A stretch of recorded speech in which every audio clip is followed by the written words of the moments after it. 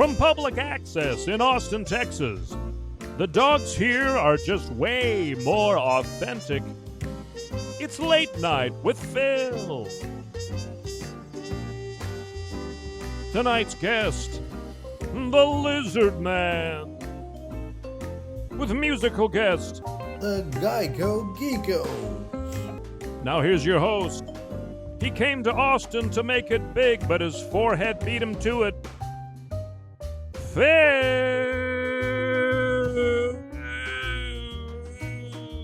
23 years, you said? 23 years married, 27 together this year. Wow. Yep. So what, like if we were just hanging out, like what would I call you? You'd probably call me Lizard, or like some of my friends like to call me Liz. You know, I know for some of them it's because it's funny. It's a girl's name. They're like, I'm going to call you Liz, and I'm like, I don't care. You're like Lizard, Liz. I like to stay with Lizard Man, especially like you say, if we're just hanging out casually. Yeah. It doesn't really matter because then my name is just a function of getting my attention, right? Lizzie's fine. Yeah, Lizzie's okay. cool.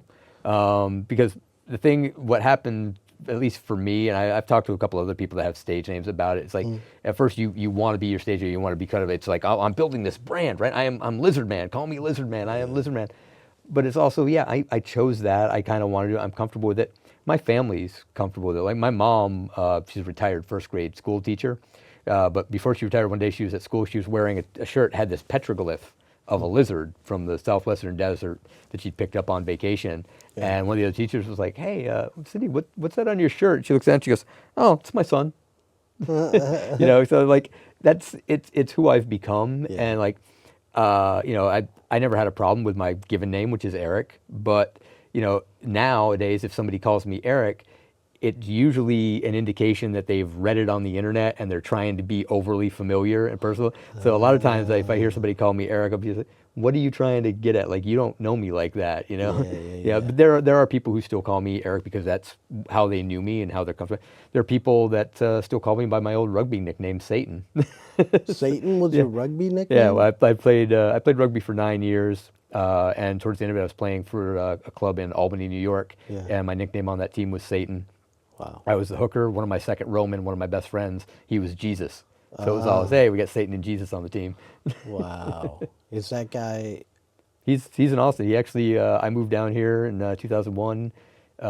My wife and I actually introduced him to the woman that he's married to now, to his wife. So he's been in Austin since the early 2000s. Yeah. Yep. 23 years, man. Yeah, 23 years, my girl. Wow. How did y'all meet? Met on tour. The first time I ever set foot in Austin, Texas was November 19th, 1999. I was part of the Jim Rose Circus. We were on tour as the middle act on Godsmack's first national headlining tour. And my wife Megan and I, we had talked to each other, well, not directly, but we had interacted in an online Usenet group. So you have just shows how old I am. Yeah, back when the internet was all text. And it was a group about body art and tattoos. And she had posted there, I had posted there, and we'd responded to stuff.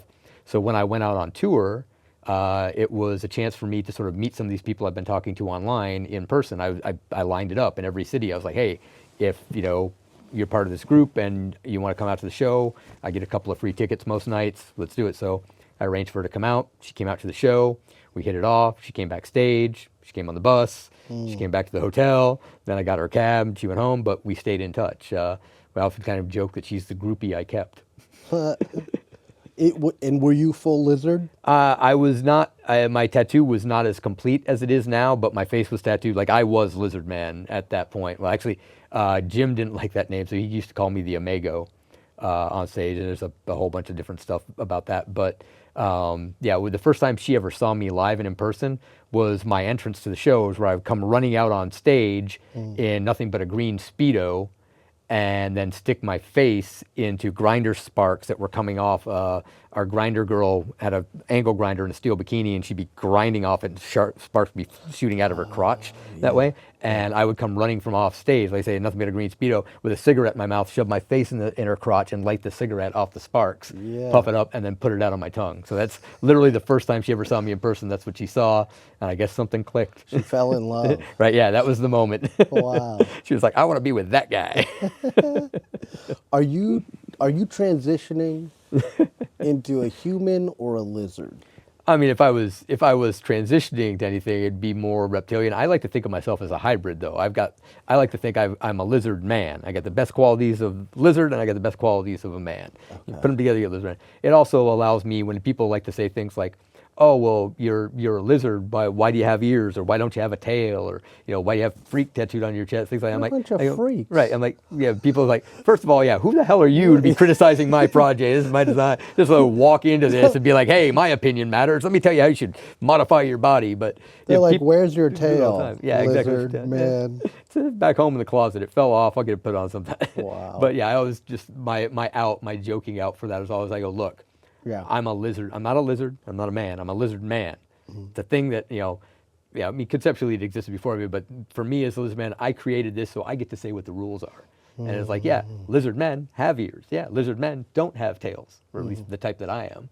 Yeah, it's like vampires. You set the exactly rules. Right. Yeah, not everybody is a Dracula vampire. Not everybody is an Anne Rice vampire. You get to pick your. So yeah, I got the 28 Days Later 28 guys. Days Later guys. Yeah. The Twilight guys, the Sparkle vampires, those idiots. Hot. Right. You into those? No, that's not my thing. You know that started off as slash fic. That Twilight started off as somebody writing their own personal erotic fiction. Yeah, and then it just on the internet, and then it kind of blew up. Oh, really? Yeah. I didn't know that. Yeah, it's got a weird, like, anytime, if you want to, go down a rabbit hole, look into the origins of Twilight, where it started, like that, because it started off as, erotic fan fiction. Okay. Yeah. Is it the same author, though, that wrote Twilight? Yeah, that's how they started writing it, yeah. Smart. That's the understanding that I've got, the way that I've been told.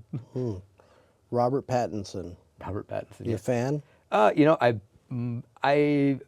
don't know if I go so far as to say a fan, but like I said, I'm not a big fan of the Twilight movies, but Robert Pattinson seems to have an incredible range as an actor. Like, he's done a lot of stuff. I enjoyed his Batman movie.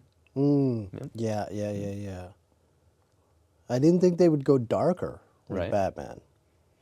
Christopher Nolan was like, whoa, what the hell? It's like, hey, we're getting gritty. This is real shit. Yeah.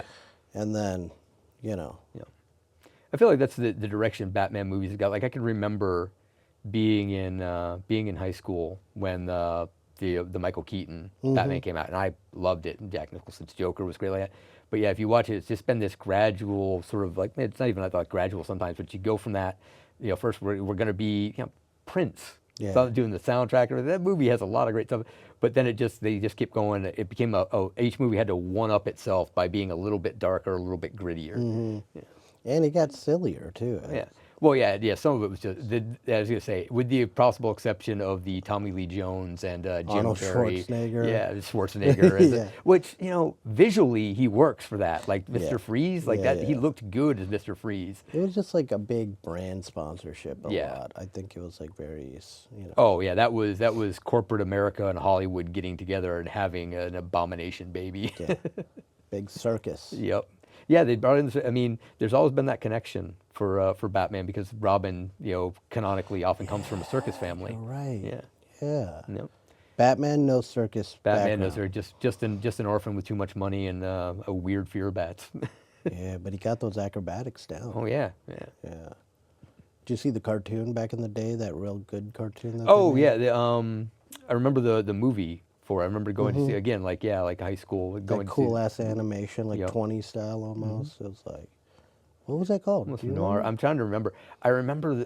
I'm getting like little flashback memories of details of the story and the plot, but I can't remember. Definitely noir, like that kind of a vibe to it.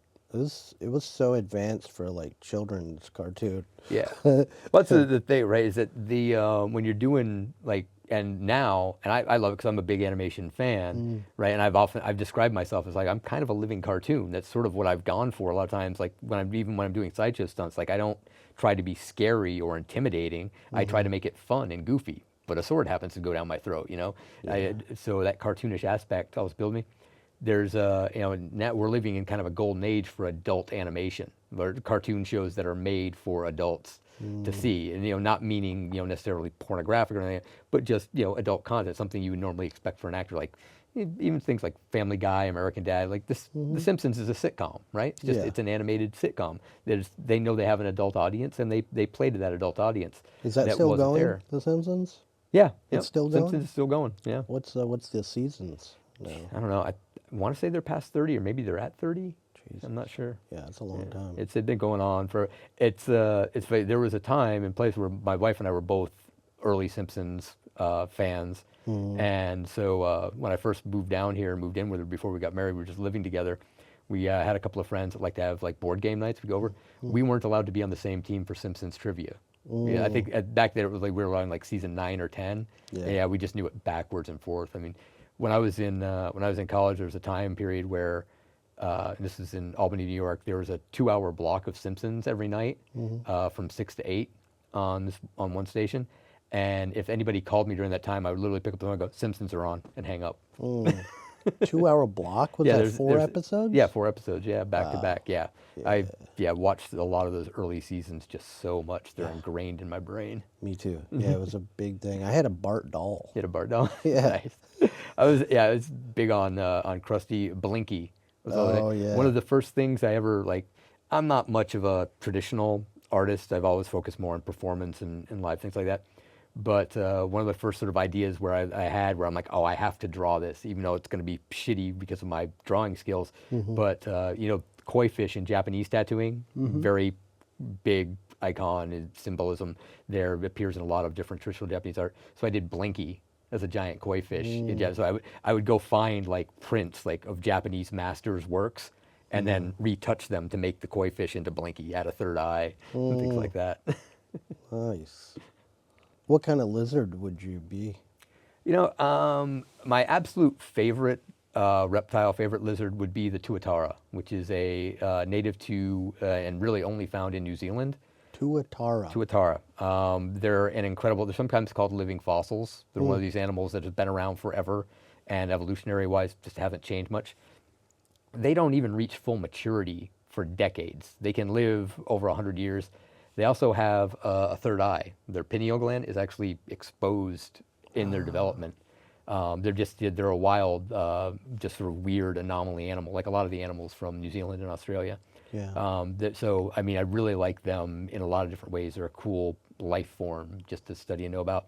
But like influence-wise, when I was thinking about doing this and becoming Lizard Man, Komodo dragons obviously were very big for me.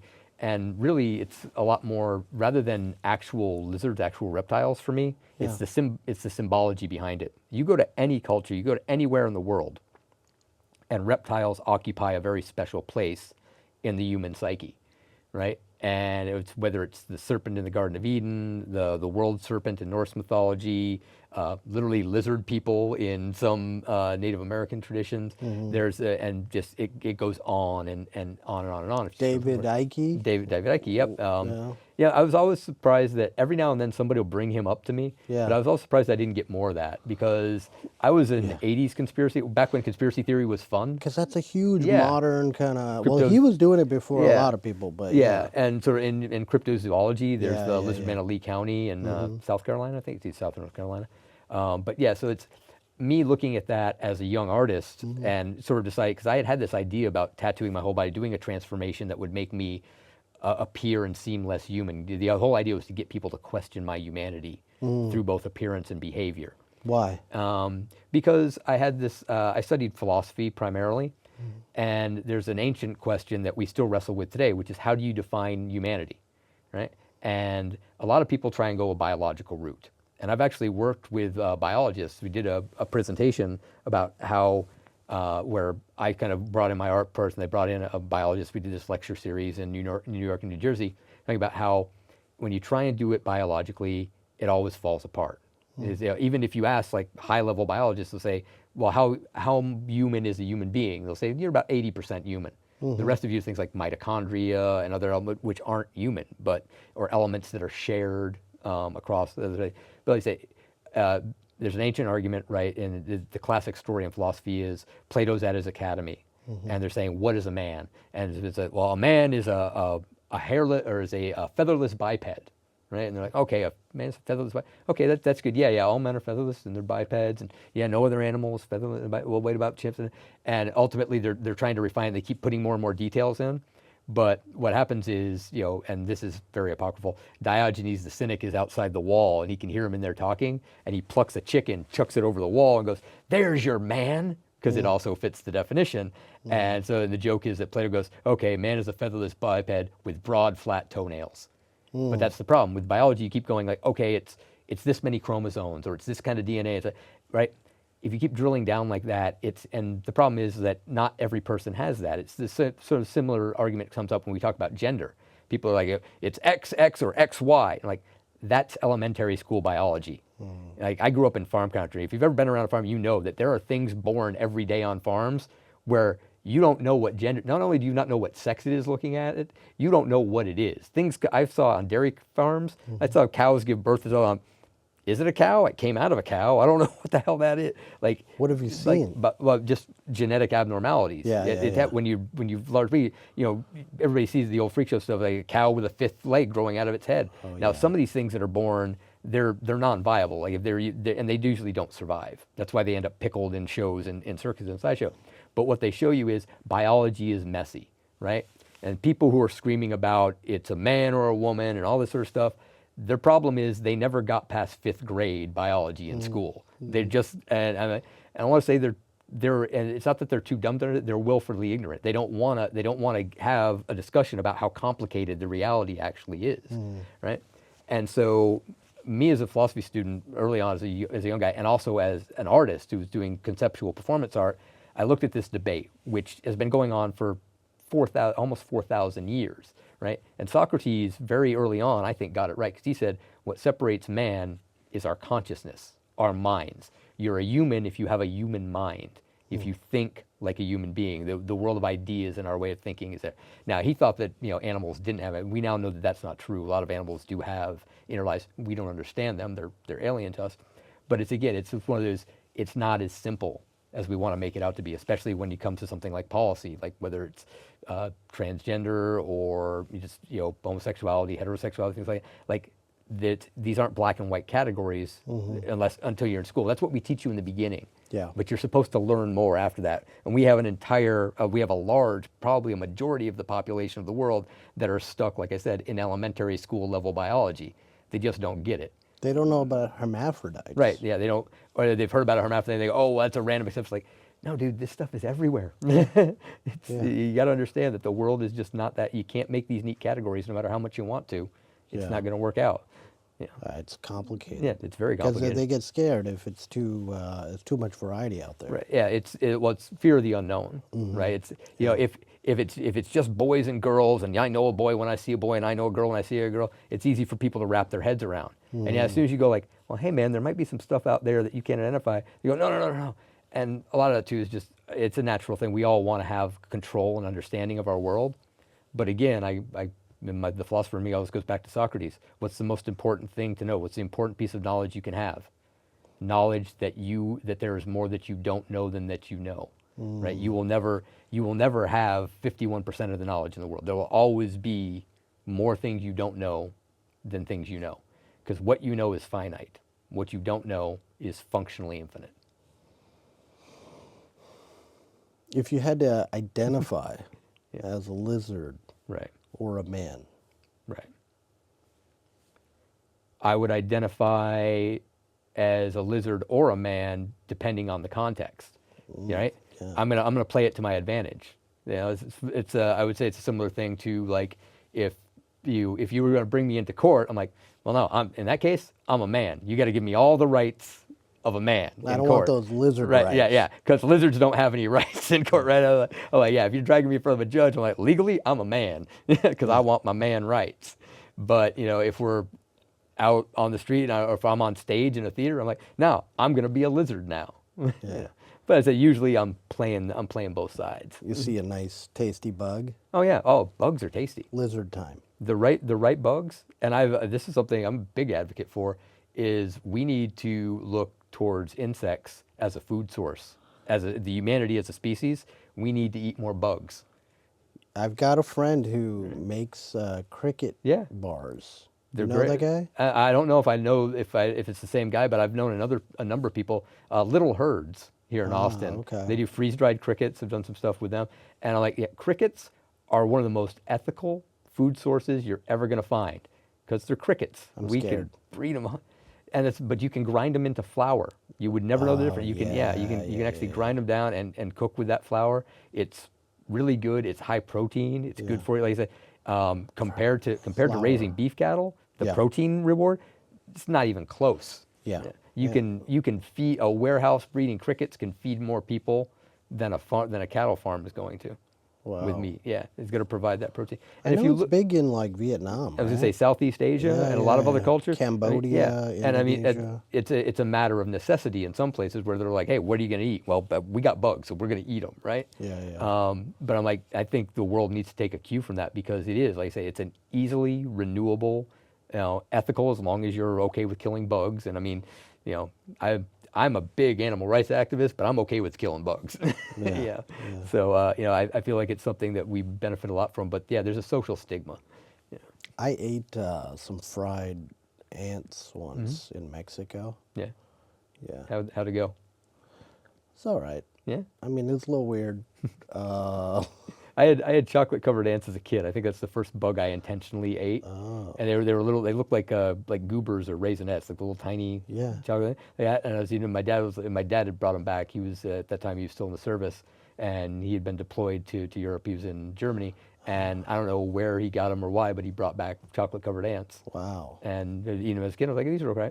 But then I mean, you can't really taste anything. No. I just have a fear of cockroaches. So anything with that kind of like crunchiness to them, good freaks me out. cockroach story for Crawfish. Oh yeah. Shrimp. I can't. I did shrimp for a while as a kid. You like shrimps? Well, see, I'm a vegetarian by taste. Like I don't eat. It's not an ethical reason that I don't eat meat. It's because I don't like the taste of most of it. Okay. But one of the last kind of animal things that I ate was shrimp.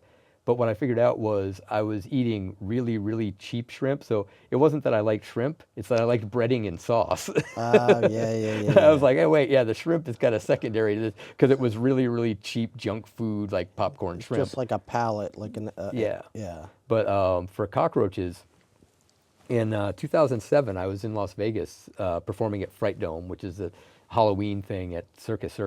And I was just trying to come up with like new weird things to add to the show. And are you familiar with the old kids game where you put marshmallows in your mouth, you try and say a word? Like for me growing up, it was Fluffy Bunny. Okay. So how many marshmallows can you put in your mouth and say Fluffy Bunny? And of course everybody's doing it and you're drooling, you get marshmallows, Fluffy Bunny, Fluffy Bunny. Right? It's just a funny, stupid kids like sleepover camping game. So I went to an exotic pet store and I got a huge bag of Madagascar hissing cockroaches. They're really big ones like that. And I put them in a big clear bowl on stage. And I said to the crowd, I set it up with, I'm like, hey, tonight I'm going to play Fluffy Bunny with you guys with live cockroaches. And I'm shoving cockroaches in my mouth, right? And they're coming out with drool on them, they're crawling all over my face, my head. And it was a gross out act, and it worked. It wasn't a high concept art, and it didn't kill. But it was like it fit, right? It was for like a haunted house. Are they living? Oh yeah, they're alive. They're alive. Okay. So I had a. You're not chewing them. No, I'm not just chewing like them. putting them in there. I have done that. I have eaten before, but for this, I was just putting them in my mouth and doing it. But so it wasn't you talk about the crunch of it. I wasn't bothered by the cockroaches because I'd eaten before. But like 2 or 3 nights in, like the first couple of nights it went great. This is great. Like 2 or 3 nights in, I'm popping them in, and all of a sudden I get this like tangy taste in my. I'm like, oh, what is that? And I'm thinking, oh no, one of them pissed or shit in my mouth. Like this is gonna be. So I'm just trying to like drool. I'm purposely like just letting everything come out because I don't want to swallow that. Yeah. And it's getting on my little table, which I had a towel and the bowl there and all this. It's coming out. People are all grossed out. And I'm looking at it and I see it and there's like little like white stuff in there. I'm like, is that my drool? Is that like mucus? And I'm looking at it, I get it backstage, I look at it. One of them was giving birth in my mouth. They're tiny little baby fucking Madagascar cockroaches just oozing out of my mouth. Fuck. And I stopped doing it after that. That was my line right there. I was like, the taste. I don't know I guess it was cockroach afterbirth that I was tasting, but it was nasty. Cockroach gave birth in your mouth. Yep. God. And they give birth to a lot. They don't. It's not like 1 or 2. It is massive puppy litter birth. Oh my God. So that's my cockroach story. Oh God. Lizzie, it's been good. No. And with that, we're out of That's time. like my biggest fear right now. Oh God. I couldn't even. You wouldn't want to be like one of those people who gets put in a bathtub and have the roaches dumped on. That would freak you out. That would freak me out. But this is like, I couldn't even imagine that in my nightmares. Now you've implanted something for me to This sleep is on. not a movie scene. This actually happened. So gross. I used to work at Universal Studios in Orlando, Florida. I shared a dressing room with what they called the Rat Girls. And the Rat Girls, there's these glass coffins that they had on gurneys that they would wheel through the park. And of course, the girls are done up like they're Victorian corpses. They're all like dead. And they'd be lying there really still. But they'd have about 24 rats in the glass coffins with them crawling all over them. And then, when people would get up close, they'd be like, they freak out. Get me out of here. Get me out of the rats. But it was funny because the rats actually, with the costumes they wore, had to be sealed up really tight at the wrists and the ankles, and they couldn't have too much hair going on. Like if they had a lot of hair, they'd like put a skull cap over it and then put a wig on top of that, just to keep not give the rats anything to really nest or burrow into. And I would, in between the runs, I'd hang out with the trainer. They actually had animal trainers there, of course, to supervise the rats, make sure they're safe, and so they don't want the rats to get hurt. But also, anytime a rat bit one of the girls, they'd be pulled out, replaced by another rat. So there was this tank of rats in the back that was for the biter rats. And my God. And I'd see him, maybe she'd say, I'd come back and I'd be one of the animal trainers came, she'd be like putting a rat in that container. I'd be like, another biter, huh? It's like, yep, he's going to rat jail. He bit one of the girls on the toe, because they'd be bare hands and bare feet in the coffins. Like I said, every now and then they'd get a little rat nip, and that rat, they'd very quickly like grab it and like, okay, you don't get to ride in the coffin anymore. You're a biter. Rabies. Yeah. Do they have them all checked out? Oh, the I'm sure these are, like you said, their animal trainers there are some of the best in the world. And they're the same people that work on the movies that get shot there and everything else. These are I mean, they're not trained rats, like they're not doing tricks for treats like that, but they are very carefully conditioned, and they're used to being around people, and they try and get them calm. These are like the 1% of the rats. These are the rats that and that's why I say rats. They separate out the ones that have any troubles, so you're only left with the ones that you feel safe putting on an actor. Yeah. Okay. What's your first memory of wanting to be a lizard? Wanting to be a lizard?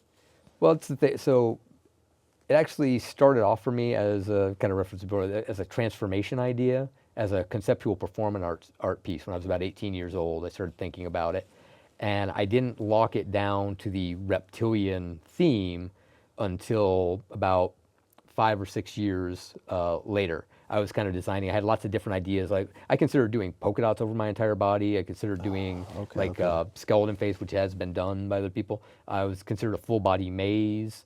I thought about writing a novel and then having it tattooed over my entire body. It's lots of different sort of ideas, because they say it came from a conceptual performance art base originally. Got it. Okay. And then I started to realize that a lot of the different things that I was incorporating in would fit with the reptilian theme. Like scales are really good for covering an area evenly and flowing with the body and filling in the spaces between the markings I've got. So aesthetically and technically it would work.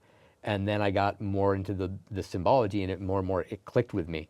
I think the biggest thing was, looking in a mirror and saying, like, I realized early on, it's like, whatever I'm doing here, it's got to be something I'll be happy with for the rest of my life. Like picking out an outfit you're going to wear, but you're going to wear it forever. Yeah.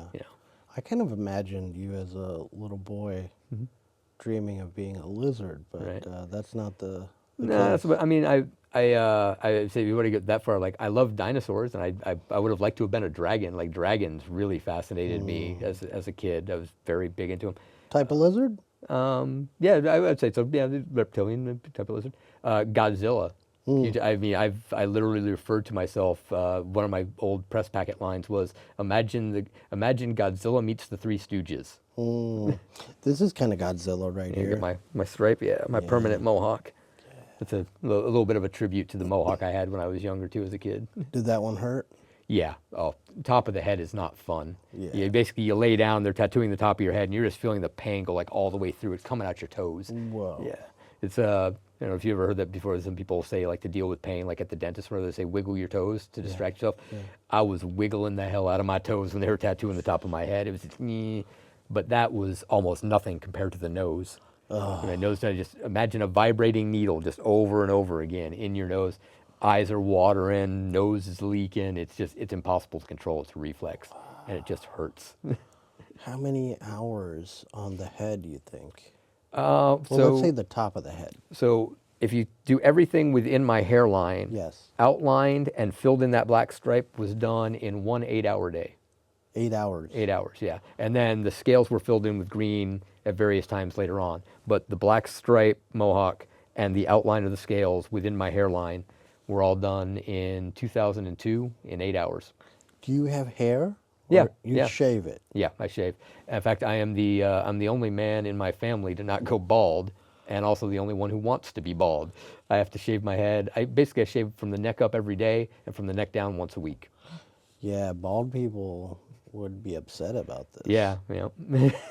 So you're voluntarily I'm bald. voluntarily bald. Yeah. Yeah. You think black guys look better bald or white guys?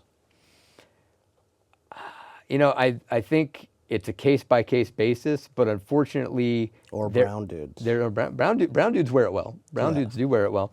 I think, unfortunately, for white guys, there's a connotation that goes along with a bald head, that skinhead sort of thing that follows you around. Never heard of it. Never heard. You've never heard of the skinheads? Yes.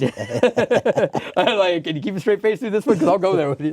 No, I was an anti-racist skinhead as a kid. As a teenager, I was very 80s punk was my thing. I was an 80s punk. I was 16 years old in 1988, listening to Dead Kennedys, shaving my head, wearing combat boots, but also going out like looking for the Nazi punks to tell them to fuck off and get in a fight. Fuck yeah. Fuck yeah. Does God exist? I don't think so. No God? No God for me. Does Satan exist? No, because that's part of that same thing. As an atheist, I think I was 7 years old when I told my mom there was no God, and I was just trying to get out of going to church. But but I mean, I've never had that sort of that belief system, and for a long time I was very vocally like anti-religion. I was like, there is no God. I was doing that, but I started to realize, and I read LaVey's books, Satanism, and that's part of why I got that nickname of Satan. Was at the time I had the Satanic Bible with me on a road trip with my rugby team because I was writing a paper on Satanism. Yeah. So they started calling me Satan because I was carrying the Satanic Bible. Now, there's a lot of good stuff in the Satanic Bible. Anton LaVey. Anton LaVey, yeah. As, to me, I think there's a lot of good stuff, a lot of good ideas, and it brings up a lot of good points. But if you take the side of Satan, you're still existing within the Judeo-Christian spectrum. That ideology. And I'm like, I'm not just rejecting your God, because actually, Jesus Christ, what little you say he said, there's a lot of good stuff in there. Loving each other, taking care of each other. I'm very much in favor of these good ideas, but not your systematic, not this idea of this judge sitting in the clouds sort of doing it. So I'm like, I'm not going to say, okay, I'm going with Satan because I'm against your conception of God. No, I'm saying your conception of God and Satan all seem like nonsense to me. I'm throwing that all out. Would it be fair to say you fuck with Jesus? I fuck with Jesus' ideas. Okay. Yeah. Okay. I think you know what we need right now? We need a lot of that, the fire and brimstone Jesus that people like to talk about but not follow through on. I want to go into the temple and kick over the moneylenders' tables. I want to go out in the street. I want to see these Christians out in the street lifting up the leper and bringing them into the home and caring for them. Yeah. I want to see that Jesus. I fuck with that Jesus all day. A lot of pussy-ass Christians out there. Well, yeah, people don't walk the talk, right? You have people standing out here going, they've got that cross on their lapel while they're screaming about how we need to kick out the immigrants. I'm like, that's not what Jesus would say. I mean, it's a funny thing too, is as a kid, I read the Bible. And then as an older kid, I read the Bible. And as an adult, I've read the Bible, right? And, I don't think, and it's almost cliche to say it because it's just so true. I don't think a lot of these Christians have ever read the Bible, right? Because if they had, they'd be giving out a much different message. What religion did you grow up with? So my mom and dad were both kind of secular. My mom was raised Catholic. My dad was raised Protestant. Neither one of them were attached to either church. But as a kid, they sent me to both so that I would get that exposure. And so, and that's part of why I kind of was able to react to it. I was like, anytime a Catholic would say that, I was like, well, the Protestants say this, and as the Protestants say something, I'm like, well, Catholics say this. I'm like, you guys are supposed to be on the same side, but you argue with each other, and that just makes it so more apparent to me that neither one of you knows what the fuck's going on, right? So I got, I almost had a comparative religions childhood, and I was encouraged. Both my parents were teachers. So I got exposed to a lot of different things, and I kind of came to the conclusion that most of these organized religions are just people trying to take advantage of other people. But the way that they do it is by twisting and perverting good ideas, right? You take the gospel of Jesus, which is full of love and care and community, and then they twist it around to, oh, but that's just our community, or just our people, or just the Christians, right? And they use it to spread hate. They twist it around. They start with something good, right? And then they pervert it to their own benefit. Yeah. Do you see that Book of Eli? Yeah. The Gary Oldman? Denzel Washington, Gary Oldman, yeah. Yeah. Yeah, Book of Eli. So yeah, they're like Gary Oldman in that. Yeah. Yeah. They're just trying to use it. One of the problems is that anytime you have an organization, right, whether it be a religion or a government, or even sometimes in businesses like that, what happens is it creates a set of rules. It creates a system, right? The system is almost always biased towards somebody, usually who created the rules, right? And so once that's there and that's inherent, it's just going to get worse and worse over time. No one in power relinquishes power willingly, whether, like I say, whether it's religion, government, or business. Yeah. That organizational structure, almost creates a new level of evil. Epstein files? Let's put them out there, unredacted. Again, it boggles my mind that there is information like that, and the whole idea that it needs to be, other than, I would say, for the victims. The victims want, redactions to protect them. Okay, fine. Everybody else, I don't care if it was a cup of coffee or if you ordered sandwiches with the dude, put it out there. I don't care if could be my hero, could be my family. If they're in there, let's go after them. Like, put some daylight on it. Have you seen some of the shit that's come out so far? I mean, I have not been like pouring over because they've released thousands of files. Yeah, it's an insane amount of material. So I've been, I think like a lot of people, you watch some news, go to Reddit, see what's there, like that. The biggest thing about it is that it feels like all the horrible, cynical thoughts that I've had. You're like, doesn't matter. The rich get away with anything. The powerful get away with anything. It feels like just another horrible reminder of that. Oh, true. Yeah. That it's like, yeah, if nothing comes of all this clear evidence of just the most horrific thing you can think of, is child abuse and racketeering. Like, if no one suffers for that, if no one has to pay for that, then does justice even exist? Well, I know Congress is getting the unredacted, so maybe. We'll see. How many of them are in there? Well, that's the problem, right? And what's the connection? And the other thing about it is that the redactions make it so much worse, right? Because somebody will be like, "Oh, so and so's name's in the file." Well, yeah. The problem is what's the context? Yeah. What's the context? Because Epstein was connected to a lot of people in banal, non-evil ways. Like, he was doing business with people that he wasn't also doing illegal child abusing business with. Or he was trying to proposition. Yeah, work with them or do something. Yeah. And so I'm like, in order for us to understand the context, you've got to really put that information out there in full. Yeah. Are you worried that ICE might target the lizard community? I would say off the top of my head, I'd be like, no, I'm not that worried about it. But I'm also reminded of a very famous poem about how they came from my neighbor, and I wasn't my neighbor, and they came for the Jew, and they came for the black, and they came for the brown. I'm like, look, I'm not going to be the last person on that. I might not be the first person on their list, but I'm not going to be the last person either.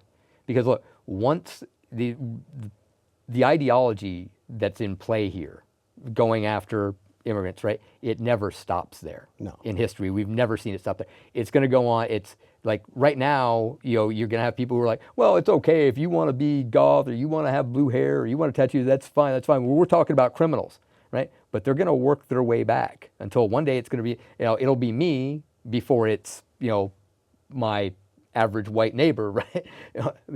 But they'll go down that list until you're either one of them or they've gotten rid of you. Yeah. That's the game plan that they're running. If you were alive in the 50s, they would have chased you down. Right, yeah. Well, it's, I would have been, it's a reason that the freaks that we lived on the fringes, right? They had a place. And so, I mean, at the very least, I would say the people who were behind ice, like I say, right now, they're screaming for, oh, that person doesn't look like they're from here. Make them prove it, right? They're going to start like, well, I don't look like a lot of people. So, yeah, I mean, the target's not on me now, but I know it could very easily end up on me in the future. And in the past, it's not to this extent, but it has been. I mean, I have, in my lifetime as a tattooed person, as a tattooed circus freak, seen the attitude change. In the early 90s, when I was first getting tattooed and doing body modification, if I'm on public transportation, this was crazy. Yeah, if I'm on public transportation, people are moving away from me. Yeah. Right. Actually, I was on the T in Boston right after I got my teeth filed. I wasn't even thinking about it. I tried to give up my space to a woman who got on the train, and I smiled at her without thinking, and I went, and she saw my teeth, and she, right, and I was like, oh, sorry. I'm like, no. Do you want to see, right? Because that was, and now I'm walking down the street, little old ladies come up to me like, oh, you're so cool. I love the way you look. I'm like, wait, 15, 20 years ago, you were scared shitless of me. Now it's like, oh, it's so wonderful. Look at you, you crazy kid. Is it just the top? Yeah, for my filed teeth, it's just the four on the top. Yeah. Oh, okay. Very cool. You getting that, Union? Yeah. Very cool. Yeah, that's a good point you bring up. Mm-hmm. I was talking to a friend of mine maybe a year ago. They're like, yeah, they need to get all the immigrants. So it's like, man, how do you think that would happen? Right. They'd have to ask people, and go through and start, doing what they're doing right now. Exactly, yeah. And it was laid out in Project 2025. Yeah. I mean, it's so wild now to see people like, and, obviously, birds of a feather kind of. So like most of my friends, I don't associate with a lot of people who were saying things like, oh, well, they'd never do that, whatever, like that. But, of those people I know, I have yet to see anyone sort of pull a mea culpa and say like, oh, yeah, I guess they were going to do all that shit they said they were going to do. But it's right there. It's laid out. Yeah, everybody's like, Trump says something, they think it's funny. Yeah, it's like, he doesn't mean it. Yes, he fucking joking. does. Like next week he'll be doing it. Yeah.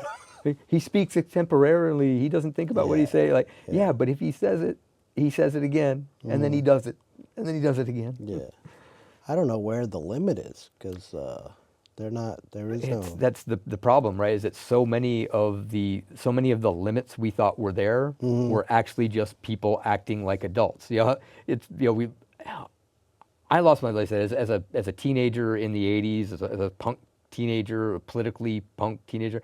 I thought that Reagan was the end of the world. Yeah. And when Bush Sr. got elected, I was like, oh shit, we are done. We thought the former head of the CIA as a vice president was bad enough. Now he's the president. We're never going to recover from this. We are definitely going full on Star Wars Republic. Desert Storm. Desert Storm. Yeah.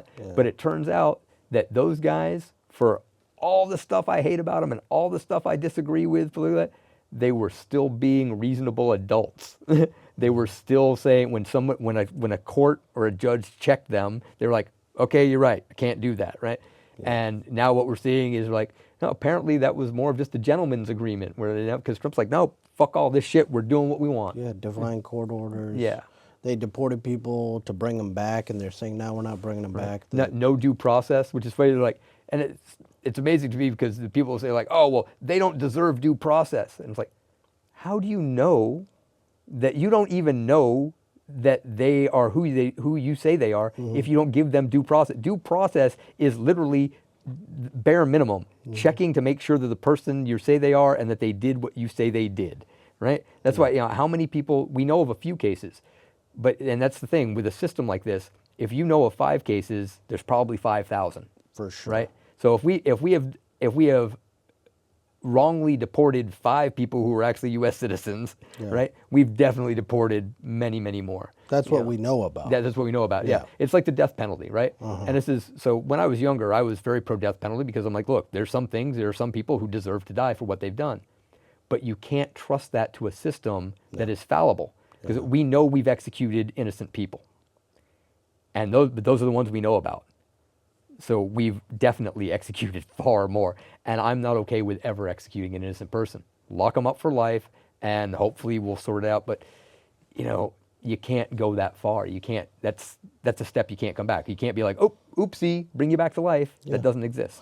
I mean, what's the harm in keeping that person alive and locked up forever versus murdering them? Exactly. And that's the thing is like, you know, if there are certain cases, right, where I would say like, oh, you know, if somebody's attacking me and I'm fighting for my life, I got no problem killing that guy, right? But if we both survive and you want to give him the death penalty, I'm going to be the first person to say, no, we can't do that. Because even though he attacked me and I know he attacked me, I don't know, maybe, did he have a psychological breakdown? Can we help him? Is there something else we can do? Like, don't kill someone. Don't cross that line that cannot be stepped back from, you know, and never put that trust in a fallible system. Yeah, it'd just be terrible to be in a position where you're like, you're in that position where you're against the state or the state's against you. Right. Oh my God. Well, that's thought about you talk about you know, saying, you know, the horror of like cockroach things like that. For me, like physical stuff, I do so many things that are physical. Like that. I don't have a lot of like physical horror. Like psychological horror gets me, and that's that. If I was innocent on death row, I just can't imagine what that would do to me. That would be my hell. Yeah, that's the word. That's one of the worst things I can possibly think of. Nightmare. Would to be convicted and considered and viewed of doing something that I was innocent of, and facing death for it. Yeah. That, and you got like one lawyer that's given up their entire life to try to get you out. Yeah, and then you'll have lawyers on the other side. And this is one of the things where, you know, literally the point where I lose respect for rule of laws, where you have a lawyer on the other side going like, well, I know we've got, because this has happened in capital murder cases with people on death row, they'll be like, well, we know we've got DNA evidence that exonerates the person, but the trial was done properly and legally, so we can't vacate his conviction. Like somebody actually stands up and argues that with a straight face. And people will be like, well, that's because you have to, the lawyers have to defend the rule of law in the system. I'm like, the fuck they do. It's very clear. If you know someone's innocent, you let them the fuck out. That's it. No questions, no debate, no procedural bullshit. Let them fucking go. You fucked up. You know, that's the problem. That's a big thing. They don't want to admit. They don't want to own up to it. Yeah. So people like get freed, but they're in there still like a year in. Yeah, they're like, oh, we've got to go through this channel. Like, no, there should be no procedural. There should be. That's the problem with people, as lawyers. They say who defend the rule. The rule of law is a great system, but it's not perfect, right? And one of its biggest problems is that people will defend the system over justice. Yeah. And justice would be, well, I mean, is there even justice if you've taken a person's life away from them like that? Can you ever really give it back? You know. Yeah, there's no paying that back. Yeah. Central Park 5. Yeah. Yeah. Which, for our current situation, like, you know, that's a great indication of Trump, of like who he is as a person. Where like he cannot go back to this day. If somebody brought that up to him now on Air Force One, so reporter was just like, "Hey, could you tell us again about the Central Park 5?" For sure, he would lay into it like they were complete, and they've been exonerated. Yeah. Right. But he will never admit that. No, because he can't be wrong. Right. Nicki Minaj. Nicki Minaj. Yeah. Black or Indian? I don't know. I literally have no idea. How many tattoos do you have? One. So this is all one tattoo? One tattoo, that's right. Oof. How many hours do you think overall? Roughly 600 to 700. 700 hours? Yeah, between 600 and 700. Okay. Is there a place that's not tattooed other than your well, there are areas of untattooed skin, like the palms of my hands and the soles of my feet. Now, those areas don't tattoo very well. They're technically challenging. They're also really painful. With my fingertips, I have letters there. This is a very nerdy tattoo. It's the WASD. They're the keys in video games, computer gaming to use. But they're my scrotum. I think there might be. I think my taint. I think there's an area that is left blank there because when taint's not tattooed. I don't. Yeah, the taint's not tattooed. Penis? No, penis is not Not. tattooed. Well, the scales go down to like the base. I used to have a lot of jewelry, and I didn't want to do just like scales down it. I was thinking about different ways that I wanted to do it over the years. I never really committed to anything. And then I realized something. When I had the rest of my body filled in, it's one of those, every day for like 20 years. This is well, it's a 25-year process. So I had my first tattoo session in January of 94, my last session in January of 2019. And, over that time, it's that, you get out of the shower, you see yourself naked, and I saw this thing filling out. So I was like, oh, yeah, it's filling in, we're getting there, on the screen here. And I realized something as it came along. It's like, now, if I were to get my penis tattooed, it would just blend in. I don't want it to blend in. I want my penis to stand out. And that's what it does now. Now basically I look like somebody. Pop. Yeah, exactly. It pops now because it's all green and this nice fleshy white pink, just standard Caucasian issue dick right there. Little gerbil just popping out. Just right there. That's a joke too. I'm like, I'm 53 years old. I've been married for about to be for what is it, 26? Yeah, about to be 26 years married. I had to do the math again in my head like that. I'm like, look, not a lot of people seeing it, right? Like basically, my wife, my doctor, and one other person, and that's the dude who breaks into my house at night.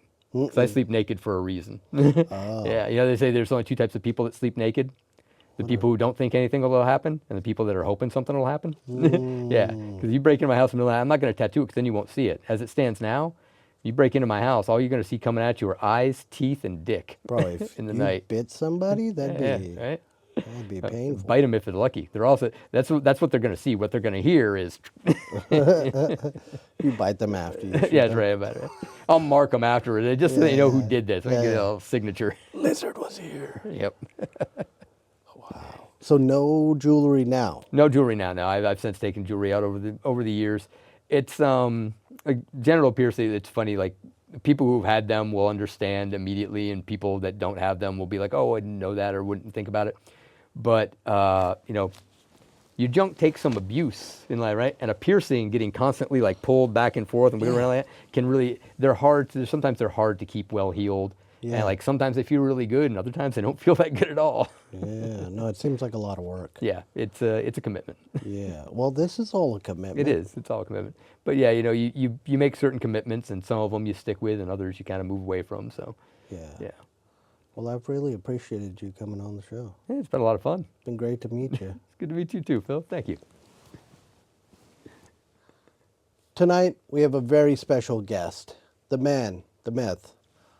He is the modified marvel from the dark heart of Austin, Texas, a man with more ink in his skin than blood in his veins. He is the Lizard Man.